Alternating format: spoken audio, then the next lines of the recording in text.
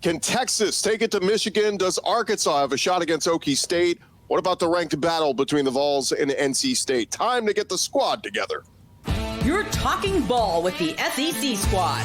From Alabama to Tennessee, from Georgia to Oklahoma, from Auburn to Texas, it's the local experts of the Locked On Podcast Network bringing you scoops, breakdowns, and the most comprehensive preview of the upcoming SEC weekend.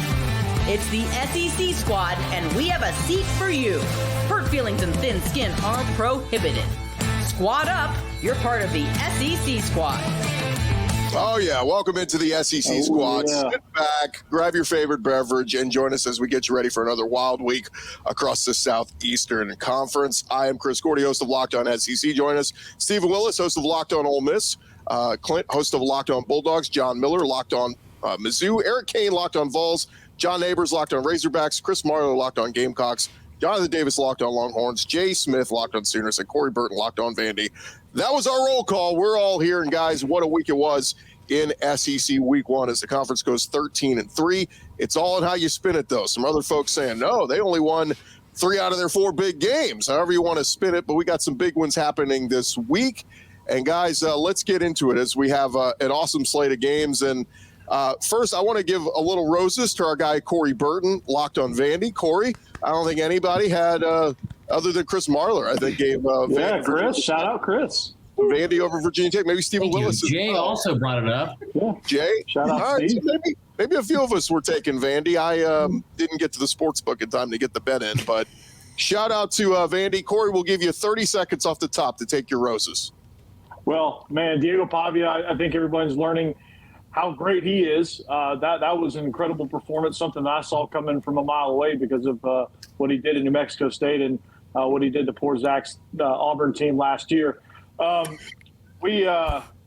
defense played aggressively. They had identity. That was probably the most physical, fast, aggressive Vanderbilt team that I've seen in quite some time.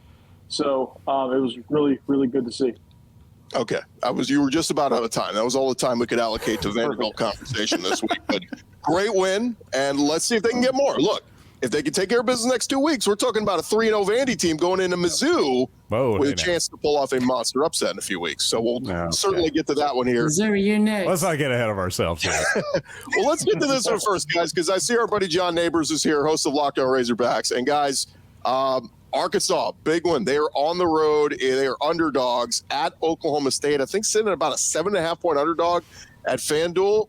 John, how are we feeling? The Hogs looked really good. What was it, 70 points you scored? I mean, the offense looks good. Bobby Petrino's back. How are we feeling? Well, my old phrase of coining Hogs by 90 almost came true. Honestly, if they would have, but see, Arkansas is a classy program. They just had the quarters run out 5 minutes early before they destroyed IQ other classless programs, but that's fine. But here's the thing. Arkansas and Oklahoma State, this is pretty much the biggest game of the year for Sam Pittman. I think most people have felt that way because if Arkansas wins this game, they're basically going to be 3-0 heading into a road game against Auburn. If they lose this game, they're already way behind the 8 ball. And it's going to be hard to come out of it, especially if they're trying to get to postseason play. So this one's a huge one. I think Razorback fans feel pretty confident. I mean, you score 70 and you allow the other team to score 0. I don't care who it is, especially if you're a Razorback fan. Hasn't happened very often.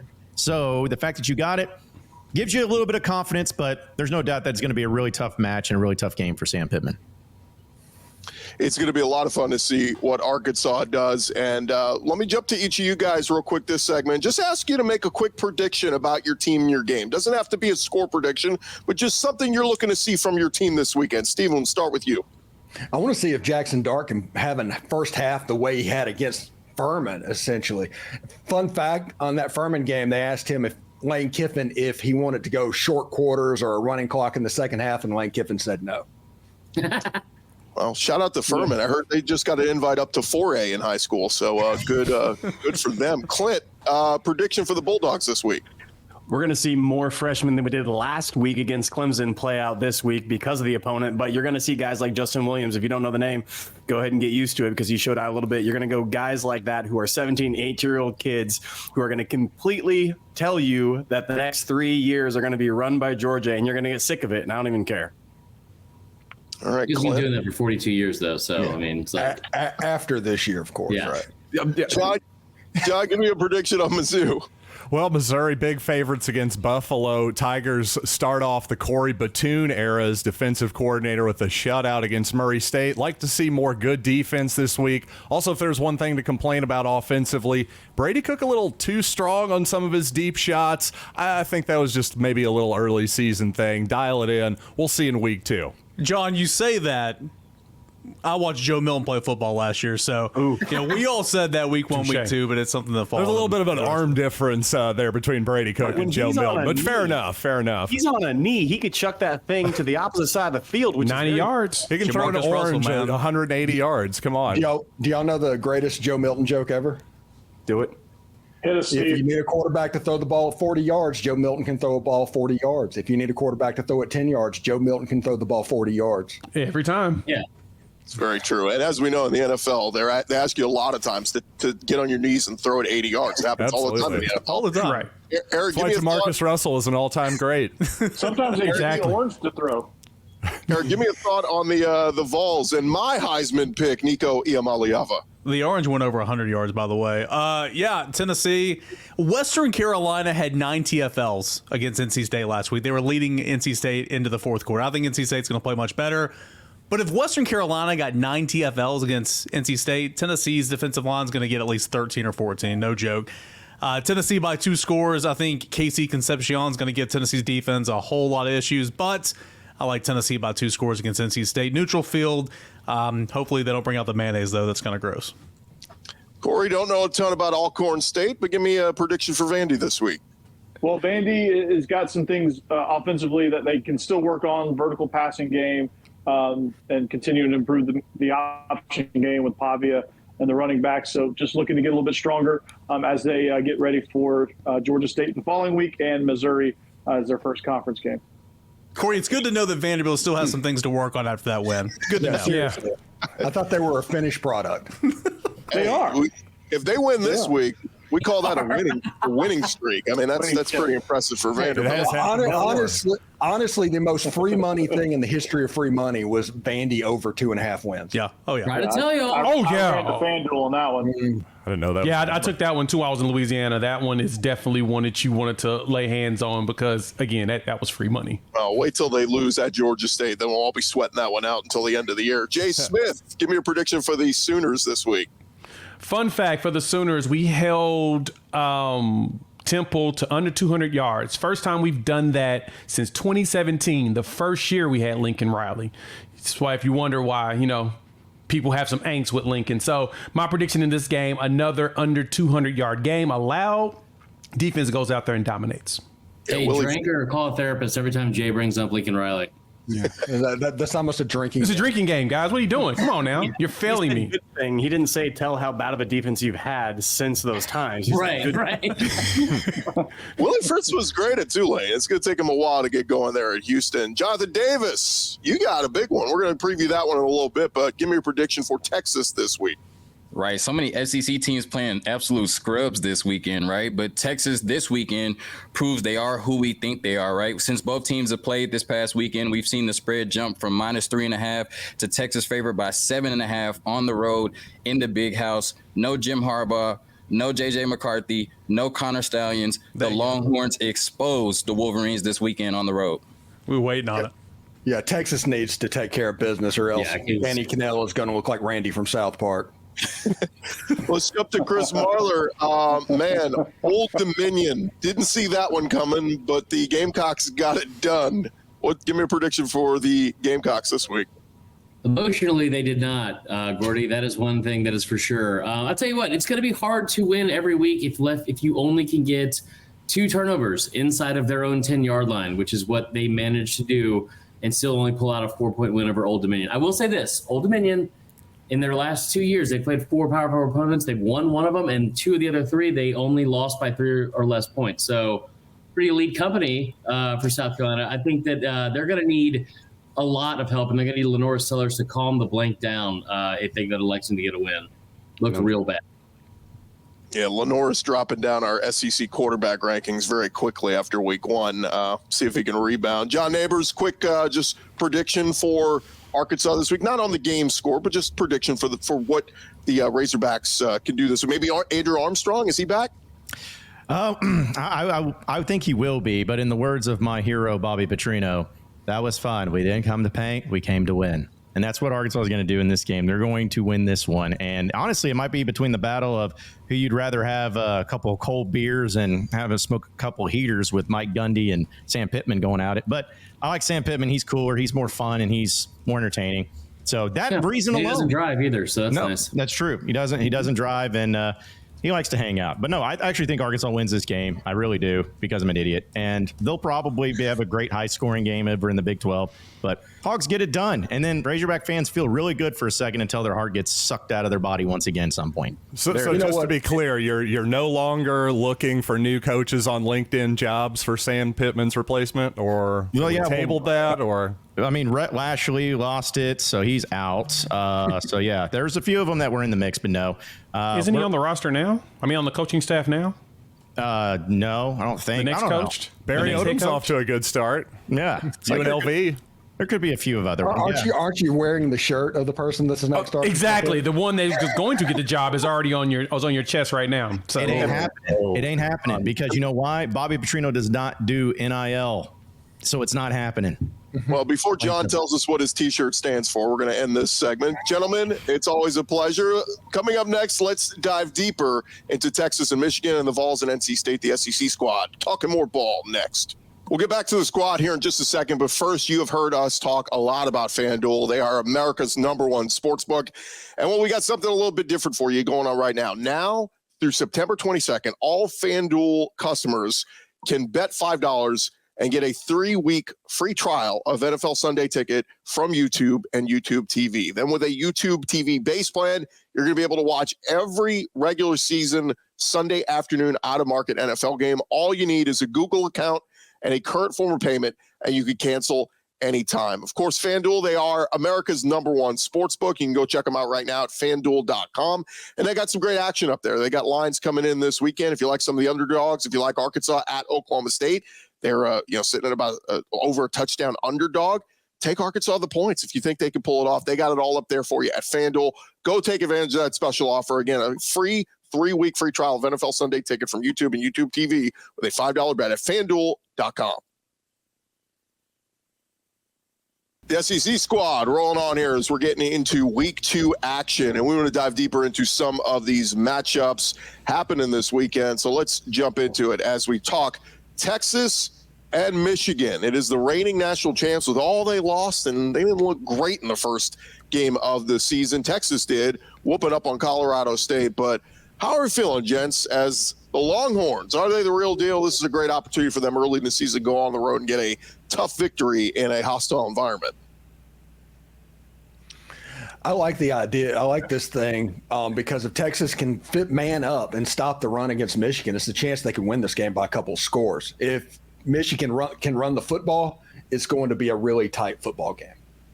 Yeah, Texas is in a bad position because Michigan is down. They have to go in there. They have to beat up. They're the favorite on the road, and there's a real chance that Michigan does that and runs right through them and gives the blueprint, because I don't think Texas is particularly tough down the middle of their roster. And so I actually think Texas is in a kind of a lose-lose. They got to blow them out to really go ahead and cement themselves as favorites. If not, people are going to be saying that's not the Michigan of last year. That's not the Michigan of old, and they could get dogged on. It's still a capable Michigan team, though. Like, if they go in and win by 8 points, like if the final score is 28-20, is anyone really going to look at that outcome and say, Texas is fraudulent, they beat Colorado State, and that doesn't mean anything, it's an inferior opponent? Far be it from me as an Oregon guy to crap on beating up on inferior opponents, because apparently that's a lot harder than it looks sometimes, everybody. But I like Texas in this spot. I think they're a much more complete team. Michigan's trying to figure things out, and at the very least, I think Michigan's offensive line, or Texas's offensive line rather, can handle and not get dominated by Michigan's defensive front, which is among the best in college football. I'm sorry, this game's in Ann Arbor, right? Yes, this game is in Ann Arbor. Since when is going on the road to a place like that ever going to be, win by 8 or 9 points, and it's not even? I mean, come on, just go get the win. Like, I understand Michigan's down a little bit, but I mean that's going to be a tough road game. I mean, just go up there, find a way to win, get the win, and then regroup. I mean, I will say this. It's, look, we enjoy the SEC because we get night games. The stupid Big Ten, this is the dumb big noon kickoff, so it's an early game. It'll be loud, but it wouldn't be as loud and rocking as a night game with a full day of tailgating. But Jonathan, sounds like hearing Steve Sarkisian this week, he likes the early games. Yeah, he said he likes, it being a morning operation, whatever that means. But, when you look at it, Michigan being the number 10 team in the country, I think they're still getting a little bit too much credit for, who they were last year, right? Like when you look at this football team and what they did against Fresno State, less than 5 yards per attempt in terms of passing, almost all of their passing yards going to the tight end, their best player in Donovan Edwards, 13 touches for 27 yards. I really just don't see a path to victory for this Michigan team. I mean, like Clint said, I guess Michigan is hoping they could just go out there and run for 200 yards and just keep this Texas offense off the field. But I think Texas has too many ways to attack them on offense, and their defense is elite, right? You got those two big defensive tackles up front. Both their edges are both graded, over 90 by Pro Football Focus. But that defense can only take so many 3-and-outs by the offense, right? Like all, Pete Kwiatkowski and this Texas defense has to do is just force them to throw the ball, and they cannot match Texas score for score. So, like I said, you go in there, you try to win by, 1 point, 10 points, whatever. But like I said, Michigan is not the 10th best team in the country, and Texas will expose them this weekend. It's going to be interesting. Quick raise of hands. Anybody going to take Michigan in the upset? Okay, John Neighbors. John's all in the upset train. By the way, can I, John, while we are raising your hand here, you think the Razorbacks are going into Stillwater and walking away with a victory? Sure, why not? I mean, it's college football, man. That's the thing. I suppose I've seen crazier things happen. Honestly, it's the only reason I raised my hand for Michigan to beat Texas. It's not because I'm like, oh, Michigan's a better team. And let me break down the depth chart here and why the linebackers are going to do. Like, no, it's college football. It's chaos, man. It is chaos. So if you have a chance to bet on chaos, take chaos. That's exactly right. And let's not act like Oklahoma State's some world beater. It's like, Mike Gundy's been a good coach there. But I've been relatively down on Oklahoma State compared to others. I don't think they're going to sniff the Big 12 championship game. They have Alan Bowman at quarterback, for goodness sake. They are a tough team to beat at home. And look, I can appreciate the home cooking there, I suppose, a little bit, John. I just feel like going on the road to pick up that win would certainly be a potential job saver for Sam Pittman. But he lost to UCF 45-3 last year. I'm taking the Hogs on the road. Raise your hand if you got the Hogs winning at Oklahoma State this week. They stop Ollie Gordon. Still got love for the Big 12, I guess. All hail Mike Gundy. All right, 4-3. We got the Hogs pulling off the upset. One more game to talk about this segment, guys. It is the Vols and NC State over there in Charlotte, Bank of America Stadium. Eric, Nico Iamaleava, a lot of people talking about him as a Heisman contender after week one. I know it was Chattanooga, but good opportunity here to go beat a good NC State team. Yeah, really good opportunity for Tennessee, for Nico. He torched Iowa's defense in the bowl game. He torched Chattanooga. Have an opportunity to see what he does against NC State. Then you get into SEC play, and we'll see how good Nico is. But no reason to slow down that hype train. I think that he's got all the tools, explosive plays back in this offense. I think in the game overall, I mean, NC State played 19 players defensively and squeaked out a win over Western Carolina. Tennessee played 30 players in the first quarter defensively. I mean, Tennessee's going to do that again. They're just going to wear them down, and that's why I think Tennessee on the road to Oklahoma in a couple weeks is going to be an issue there for the Sooners. But I'm excited to see Nico play. I think Tennessee wins this by 2 scores. Yeah, when you look at Nico, he looked like a quarterback that's ranked at the top of his class is supposed to. I mean, he's looked like a superstar, essentially since he stepped on the field. And like Eric, I think that continues again this Saturday. I think Tennessee wins comfortably. Yeah, the Tennessee, Eric, you could tell us all if I'm wrong or not, but I'm actually more impressed with the front seven of Tennessee. I've said this on our podcast. I think the best front seven that Georgia will play all year long is Tennessee. It wasn't Clemson from this last week. It's going to be Tennessee. It's not Bama. And I think that is going to carry him. When you get a quarterback that can play like that with the front seven of Tennessee, you're in every single game from here on out. That's why I think Tennessee is dangerous, and I think they're going to handle NC State handily. Yeah, I kid you not. Rodney Gardner, defensive line coach, veteran SEC assistant coach, he goes 3 deep across the board on the defensive line. Literally 3 deep, and they all play. I mean, James Pierce will be out there a lot, but they all play. So I think that's going to pay dividends in a game like this and down the line as well.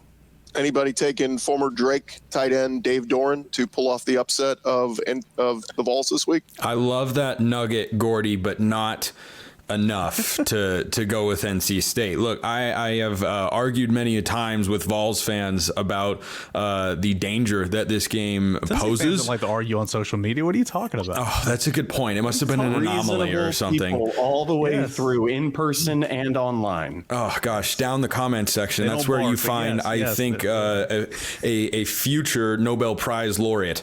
But I think that for NC State, they've got to show up way more than they did last week. It was an unimpressive week 1 performance. Grayson McCall had moments, but as a team, they'll have to play a complete game. I am not ruling out NC State in this game. I don't think Tennessee goes in and steamrolls them by 15 to 20 points. Can they cover that number, which has jumped up to 8? That's a lot. I could see this being kind of a 27-21 sort of affair, because I do think NC State is incredibly capable. I like Dave Doran as a head coach a lot. I lean towards the Vols. I don't know if my final score prediction will have them covering that number that has jumped up 3.5 points since last week. Gordy, I know we got to go, but out the door, Tennessee's got to find a way to shut down number 10, Concepcion. He is going to line up all over the field. Yeah, he will give Tennessee's player. linebackers issues. I think NC State, as the year goes on, offensively will turn out to be pretty good. They're just not there yet, and Tennessee's a much more veteran-led team, even with a young quarterback. So, that line's jumped up big time. I mean, I think Tennessee by 2 touchdowns in this game is just – I kind of had that feeling, so I guess we'll see. Well, the one thing that gives me pause is the fact that did NC State last week, were they already preparing for Tennessee?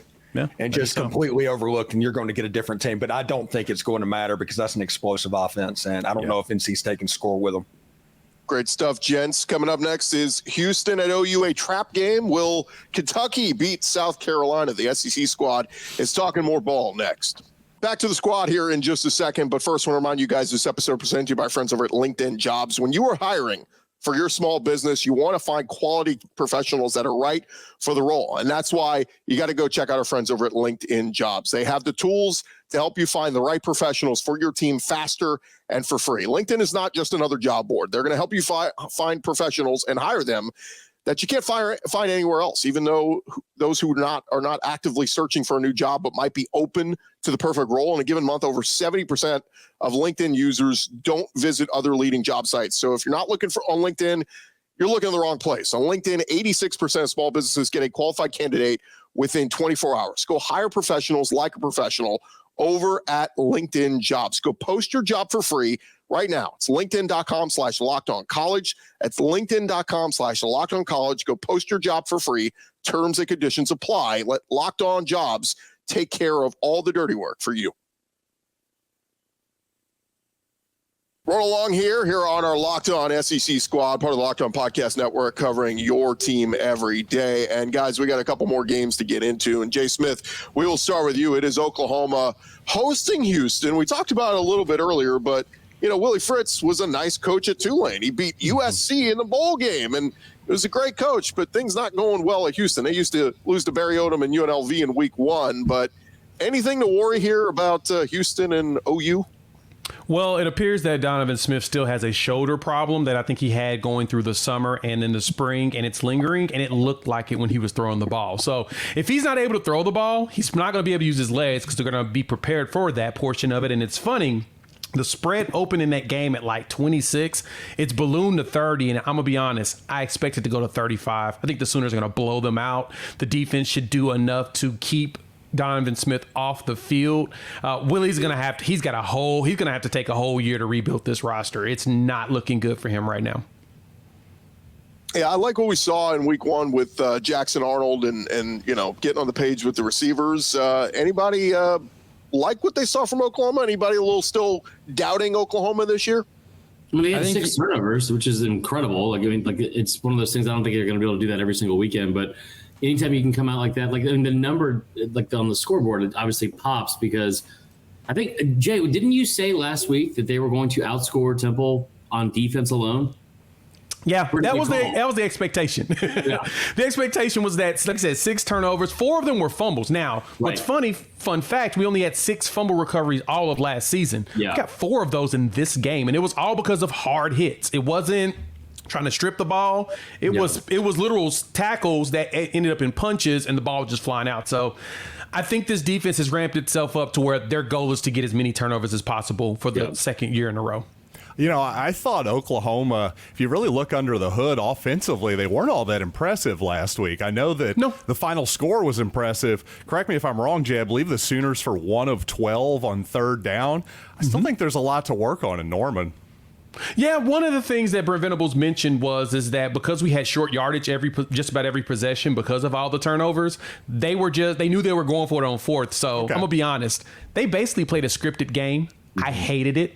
Pissed me off, but I understood. They wanted to see what things look like in situations that you cannot replicate in fall camp, right? If your linebackers and your secondary knows what the play is, it's kind of hard for you to test things out. So they did it against a team that, one, they knew they were going to blow out, two, that had no clue what the plays were, and unfortunately ran a script. So hopefully against Houston, we don't do that. But because of how bad Houston is, I think we might do it again.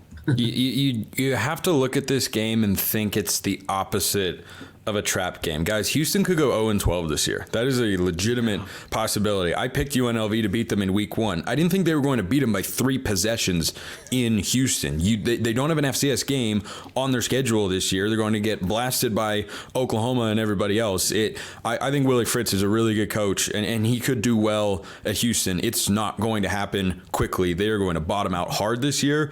This is a reverse trap game. The Uno reverse card of a trap game for Oklahoma here. I think they absolutely steamroll the Cougars. Back off, Spencer. They will beat Rice. They will win the Bayou Bucket. All right, I'm going to give them that. Whoa. What was Rice's record in 2023? They were a bowl game. They were a bowl team. You watched Houston on Saturday. They look like a bowl team. No. Well, you only have to win one, and this is a rivalry that runs deep. Anytime you we can talk about anything else, guys. For a Bayou Bucket, we'll see what happens. What are we doing? What are we doing right now? It is the SEC versus SEC, the first SEC versus SEC matchup of the season.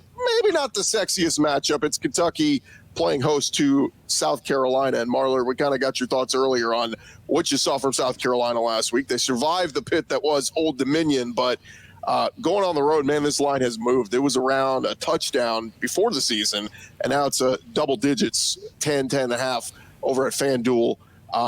Man, maybe us against the world mentality for Shane Beamer? We should talk about literally anything else again. Honestly, it's tough because like you won 2 in a row for South Carolina, but you date back before the 8 previous seasons and you won one of 8 before that. So it's been a tough series for them in general. I think Lenore Sellers is the key to this whole thing. You don't want to point the finger and blame them for everything because there was a lot of blame to be passed around. I think on offense, especially the receivers didn't help them out at all. There was no separation. The run game was pretty not great. I think they averaged around 3 or 3.2 yards per rush. But Lenore Sellers was really, really bad. And if you look at what they did on third down, especially, like you thought that was an offensive line that was going to be able to like get some push and create short yard situations. In the first half alone on third downs, they was 3rd and 8 or longer in 6 of the 7 third downs they had. And the ones that Lenore Sellers was responsible for, he was 0 for 3 passing the football. He had -9 total yards of offense on third downs in the first half. It was a really, really bad first game for him. Well, can I just throw this in here? Like I've said this for a long time, and when South Carolina hired him, I tried to tell everybody, Dowell Loggins, who's a Razorback, he ain't it. And I don't know why they hired him. He was in the NFL. Oh, he's the NFL offense coordinator. Yeah, the coordinator of the Jets and the Titans when they signed. Great. Yeah. So when y'all hired him, I knew that was going to be a disaster from the get-go. Honestly, I don't want to sound like a massive, Alex Jones conspiracy theorist here in the tip, but I will put on the tinfoil hat for this. I think that at some point this season, Sean Elliott will end up calling plays and Dowell Loggins will be out of the door. I fully believe it because at this point it's like you saw it after one game against Old Dominion. It was just so bad. Yeah. I had some film come across my desk that I'm actually going to send it to the SEC office. I need this Dylan Stewart kid suspended. This freshman is way too good. I do not like the fact that he's able to destroy edges the way that he's doing at tackles. No, I have issues with you, Chris, for this. You did not warn me.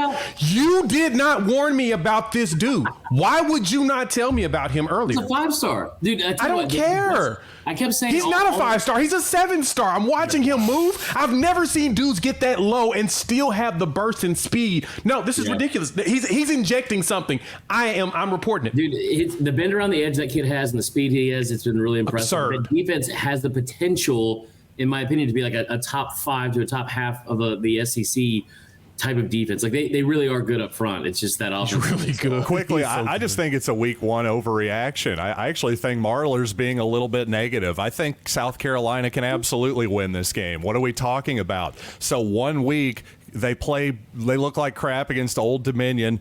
I just heard the previous segment. We were all talking up, hey, Old Dominion, aren't they great? Well, maybe the Gamecocks can actually bounce back here. It's 1 week. Where's the evidence that Kentucky is great, is my opinion. I'm not sure what to make of them yet. I'll give the counter here because I'm probably the only person here who watched Kentucky Southern Miss last week. But Kentucky didn't even finish the whole game. They had the 2-hour lightning delay, and then they had another lightning delay, and they said, let's just scrap the game. But they accomplished a lot in 2 1/3 quarters of a game before they called it. I mean, Brock Vandergrift threw 3 touchdowns. Barry and Brown looked good. Dane Key looked good. Defense looked great. Two interceptions. J.J. Weaver had a sack. I mean, Kentucky got a lot accomplished. I get it was Southern Miss, but they didn't even play a whole game, and they put up some nice numbers. So I think they're at home, Kroger Field. They're looking to make a statement. They lost to Shane Beamer in South Carolina last year because they had the quarterback injury. I think they want to make a statement, and that's why they're a double-digit favorite right now. Good point. That's way more negative than what I said, John. Yeah, well, I should definitely jump through the Zoom and choke him for sure. All right, fellas, let's go. As we wrap up, just a quick hitter. South Florida give Alabama any trouble? No. I love that South Florida is all over Bama Twitter right now. It's hilarious. And I will say this, and for any Georgia fans that are lurking, let's be very clear because those two fan bases are already at it and at each other's throats. South Florida played Alabama a lot closer last year for 60 minutes than Georgia ever did. So let's be very clear about that for any Georgia fans that are still lurking around. Yeah, it's not also going to be a monsoon, so I think that actually kind of helps Alabama in this game. I mean, playing in a monsoon is pretty tough. Yeah. Also, Chris, I think that your statement on Georgia not being as close to Alabama as South Florida is true. If you remove the times where Georgia beat Alabama, I suppose that tracks. Did you say times? Okay, the one that's time. Happened one time in the last 15 years. The one time that they beat Alabama, I'm just saying. Chris Marlar, our resident Georgia fan. I love Spencer, it. I totally get what you're saying, but if you're going to say plurals and we're going to talk in literal facts, I mean, it's been one time.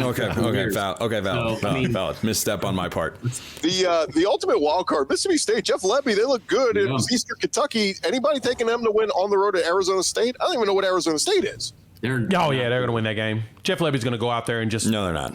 They're going to win the game. No, love it. Mississippi State. Not. Kenny Dillingham year 2, Jeff Lebby year 1. Sam Levitt does enough for Arizona State to win that game against Mississippi State. They have never beaten an SEC team in Tempe. That changes this week. Wow. Well, we love it. We'll be watching. We'll see what happens this weekend. Thank you, gentlemen, for joining us. The SEC squad will be back next week here on the Locked On Podcast Network, covering your team every day. Reminder, follow and subscribe to your favorite SEC show. We'll be covering your favorite teams every day throughout the season. Don't forget, I've got you covered for the entire conference every day with Locked On SEC, part of the Locked On Podcast Network, covering your team every day.